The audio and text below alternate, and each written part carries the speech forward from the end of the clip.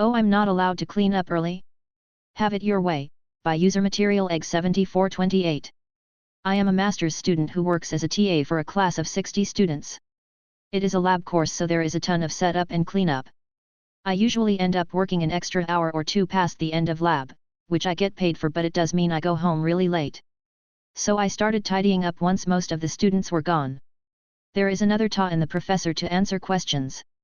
I did this for a few weeks until I missed a student's question. The prof yelled at me and embarrassed me in front of the student for not doing my job. The other TA was on his phone and the professor was standing at the front not doing anything. He told me to absolutely not clean up until all the students were gone. We had one student that always stayed over an hour later than everyone else. The next week this student was the only one in the lab for over an hour past the end of lab. The other TA was helping them. I stood there, not lifting a finger, until she left. I took my time tidying up. The other TA is useless and was barely helping. 2 hours passed, now 9 p.m., and the lab was barely cleaned up. The professor started panicking, saying he still had to write lectures, do his own experiments and then have an hour drive home. He had to help clean up. I did the same thing the next week and the professor went into a full-on panic attack. He told me that I could clean up early next week. I told him that unfortunately the extra hours I put into cleaning for the last 2 weeks used up all my hours for the semester, so I wouldn't be in. I heard that the next week was an absolute shit show and the other TA complained that they were there almost until midnight. Edit. Some people have been wondering why the other TA wasn't out of hours too. He might have been, but he slacked on reporting his hours all semester, so he was stuck there until the end.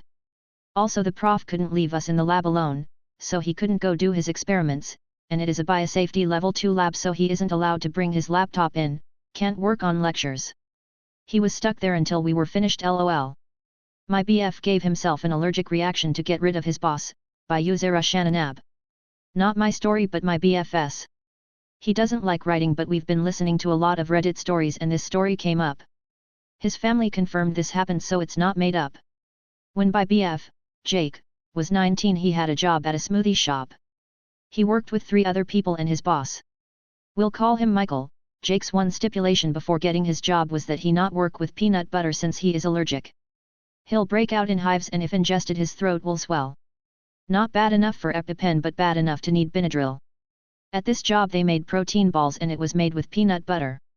One day during a rush, Jake was at the sink when Michael threw a big bowl of leftover peanut butter in at the sink and told Jake to wash it. Jake argued and told him he can't touch it and that he'd have a breakout. Michael argued with him and told him to do it. So Jake, being the stubborn bastard he is, said okay. Fine. Roughly 5 minutes later, Jake's hands and arms were covered in hives. So once his arms had visible hives, he took a picture and sent it in the work group chat the owners were in, saying, "Can someone cover my shift? I'm a tad under the weather," with pictures of his hands. He walked out before anyone responded. Someone covered his shift and the owners came in with the girl who covered the rest of his shift to yell at Michael. The next day the girl told Jake about Michael getting chewed out by the owners. The owners called Jake and apologized for what happened. Long story short, that along with stealing money from the registers and being creepy with the high school girls, Michael was fired. Jake quit shortly after. Just because. For people commenting that was stupid and allergic reactions get worse, yes, he's well aware. He was a spiteful teen with no sense of self-preservation, just pettiness, it's just a little possible death. The owners liked him and gave him an espresso machine when he left, so he says it was worth it. No. He wouldn't and won't do it again. You will not recheck our scores? Fine, have fun with unemployment, by user peach_fuel. Context: I have been working in this health insurance company for the past 3 years. I recently took another position with better hours and better pay, but this time it was to coordinate appointments with doctors and specialists. My metrics were always great, and the reason I was selected for the new position was due to my metrics. This has been brewing since October 2022. We used to have a coworker, let's call her Karen. Karen is this old lady that thinks she knows it all. Everything she says it's right, and she often blames everything on someone else. Typical Karen activities. The first time I interacted with her was back in October when I messaged her via our work chat because she messed up prior authorization for a patient and the MD office was calling to have the person that created the authorization fix the issue. The conversation went like this. Me: "Hi, good morning, I have an MD office calling requesting to speak to you in regards a prior authorization that looks incomplete." Karen: "And you couldn't help them?" This is a call center you're supposed to help. And I don't even know who that MD is. Me, you're correct, this is a call center, however you created the authorization, and as you know I cannot fix authorizations that were not created by me. And also they will like to speak with you specifically. I also provided her the patient record number and the MD office phone number. Karen, well, I'm not available to talk to them. Me, okay. I went back to the call. I specifically told the MD what she said, including that she's not available to talk. But hopefully she will call them back to fix the issue. I also sent a message to my direct supervisor with a screenshot of our conversation, and I simply said this is unprofessional, especially in an environment like ours. Fast forward the start of the year, and Karen took a position with our quality assurance department due to them being understaffed. I used to work in the QA department and I knew the ins and out and knew she would be assigned to our department since she already had experience. Context: our quality assurance gives scores us from 100, and if we miss something we get points deducted. Example: miss HIPAA-20, give inaccurate info -10, don't advise people for our survey -5, etc. In January comes my first bad score in 3 years in the company. It was a 56%. I was astonished because it's the first time I've had a bad score. But I also make sure this score was correct. Our company gives us the choice to listen to our calls just to be sure, or just in case the quality agent made a mistake. I listened to my call and I did everything right. I completed the information, provided good service, and I asked if the PT need assistance with anything else and provided closing script. On the quality note it was stated that I didn't offered any help and that I didn't even completed HIPAA. I sent it to my supervisor and he stated that when I offered the closing script the patient asked something and I reply and disconnected the call. Okay? I still said the closing script and his question and my answer lasted literally 5 seconds. My supervisor still went to her and managed to fix the score to 95% because she felt like I didn't provided a survey. If someone has worked in a call center, you know that metrics are everything, and one bad thing will quickly not get your monthly bonuses, and on top of that we get our asses handed to us by management because if we don't achieve the metrics they also don't get bonuses. I took screenshots of our conversation and save it in a file, then I sent it to my personal email since I know our IT department is known for deleting anything that is not a working system or appropriate. Fast forward 3 days ago, or April 18th. I had received several scores ranging from 85% to 80% and only one 100% score. The 100 score I received it because Karen wasn't the one who audited my call and the other person find everything all right. But the 85% looked fishy since the first thing you see if the patient name. I quickly remembered the call because the person was funny and I enjoyed the call. I listened to the call and of course I did everything perfectly. However, Karen put on the system that she deducted 10 points for not telling the patient that he had a copay for the visit and another 5 points for extending the call. What? I contacted my supervisor and let him know of what happened, however I didn't receive a response. I was confused, so I sent a message to a coworker who told that they have been having the same issue with Karen with inaccurate audits and the department not achieving their monthly goals due to it. Since my supervisor didn't reply, I did what everyone does when management does not reply. I messages Karen. And I sent her a message that just said, "Hey, I have seen some inaccurate audits and I would like to know if you could recheck them since I listened to the calls and everything was done properly." The reply I received was, "All audit scores are final and it cannot be appealed." I knew it was a lie since I worked with quality before and I know it could be changed. I replied, "You know I work in that department for 1 year and I know it could be rechecked and reversed, right?" Karen said, "Your previous position is irrelevant in this matter. If you don't like the score you can go ahead and submit a complaint to my supervisor." I replied, "Okay, have a good day." Knowing that her supervisor knows me really well. Cue malicious compliance. I just didn't create one formal complaint, I created one complaint for each time she scored me incorrectly. Not only that, but I also told my 19 co-workers what she said and advised them that if they would like their scores overturned and rechecked they could send a complaint to her supervisor, but only to send one complaint per bad score. Also to let you guys know, we don't get one audit a month, no, we get audited 10 times per month. In the span of 24 HRS her supervisor must had received around 200 complaints from our department complaining for one person, Karen. The first complaint was mine with Karen conversation saying that all decision are final and she cannot recheck or overturned, and also saying to submit a complaint to her supervisor. Her supervisor sent me a message saying that they will evaluate all the complaints and scores and we will be receiving a message. That was on Monday, April 17, 2023. Tuesday we didn't get any messages. Wednesday I couldn't go to work due to my illness. But today on April 20th I received a message from her supervisor stating that my scores have been reviewed and properly scored.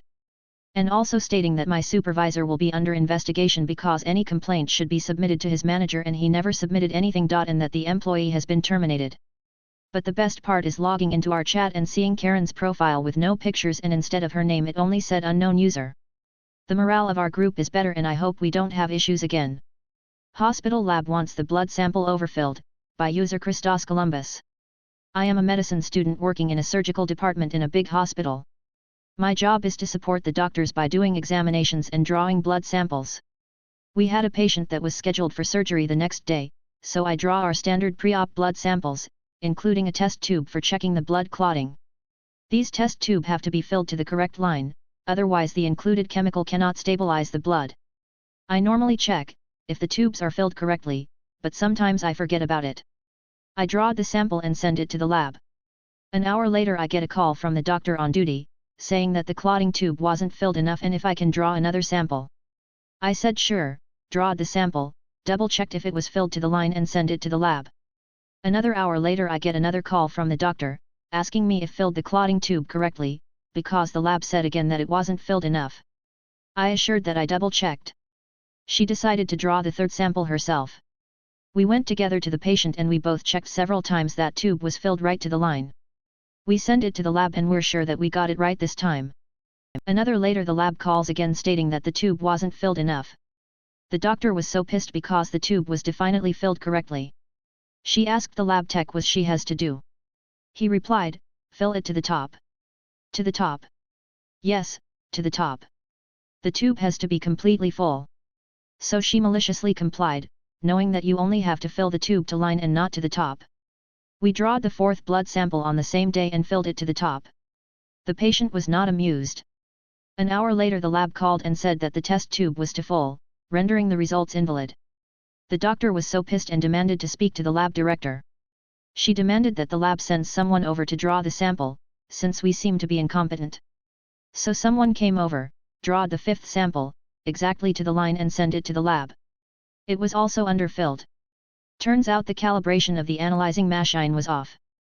The lab director was quite embarrassed and apologized several times.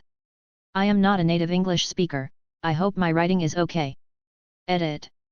After reading through a lot of comments I wanted to add more information/thoughts. This is not a funny story. It is not even traditional malicious compliance, like in most of this sub, where the person who gives out the wrong order gets screwed over. The one who got screwed over was definitely the patient and nobody else. This must not happen again. I still think it is malicious compliance and I posted this here, because I think there was a lesson learned.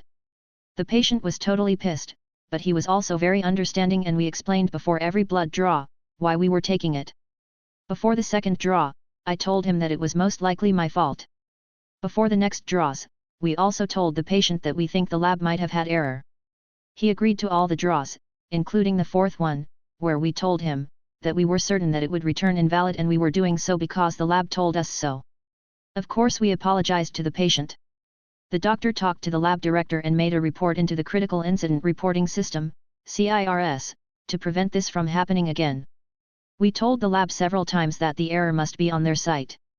Even after the doctor drew the blood they insisted that we had done something wrong. The doctor assured them several times we did everything in the right way and asked what to do. So they gave their BS order. This all happened on a Sunday, where we only draw emergency samples and ones really needed for Monday. This probably why it took so long to find the error. We don't use vacutainers for the blood samples. We are using the monovet produced by Serstedt. These tubes have a plunger that you pull out to suck in the blood. If it is full it clicks in place and you can't push it back in. You can overfill them by not clicking in the plunger, then unscrewing the lid a little bit and pushing in the plunger, removing some air. Then you can screw the lid tight and draw more blood. This is exactly what the doctor did. The total volume of blood drawn was about 12 ml, not a lot, but totally unnecessary. I think they managed to retrieve the last sample and got the results. Your unprofessional wigs are making me sick, by user ancient_educator_76. Obligatory not my story. My wife attends bunco on Tuesdays and heard this from a nurse or CNA or RNA, not sure which acronyms, but she is a medical professional. We'll call her Susie. Susie has a very positive and upbeat personality with a wild sense of style. She wears very bright clothes and likes to wear wigs. And no, she does not have cancer. But she's always rocking an awesome wig that matches her outfit. My wife even sends pics to me aside from the social media posts of their night. She wants to get wigs and lets me know by way of these pics. Last bunko night Susie tells the gals about one of her patients that clearly did not like her. She always has a frumpy face when looking at her, and always has a problem.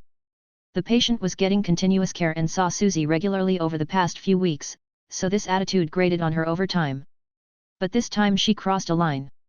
Upon her latest visit she told Susie, "Your unprofessional wigs are making me sick. Stop wearing all these different crazy wigs." Instantly, right then and there, Susie took off her wig, making sure it clearly showed one of her reasons for wearing wigs in the first place.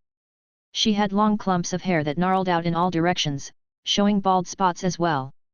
Susie has alopecia and lets it grow out to help fasten the wigs at times. What my wife was told, it was quite the sight to behold, and Susie ended with, "Is this professional enough for you?" Susie wishes she could have a picture of the moment, but the way she described the lady's snarled lip at the sight of her and in response to the action was classic. She gave me permission to put this up provided I changed names and didn't get specific. Deal. The patient never said anything mean to her again, and even made an attempt at smiling the last time she saw her. Edit, I changed your to your. The title is stuck there, though. Just to get the goats of all the apostrophites out there. I'm truly sorry, the sorriest I could have ever been. Winky face.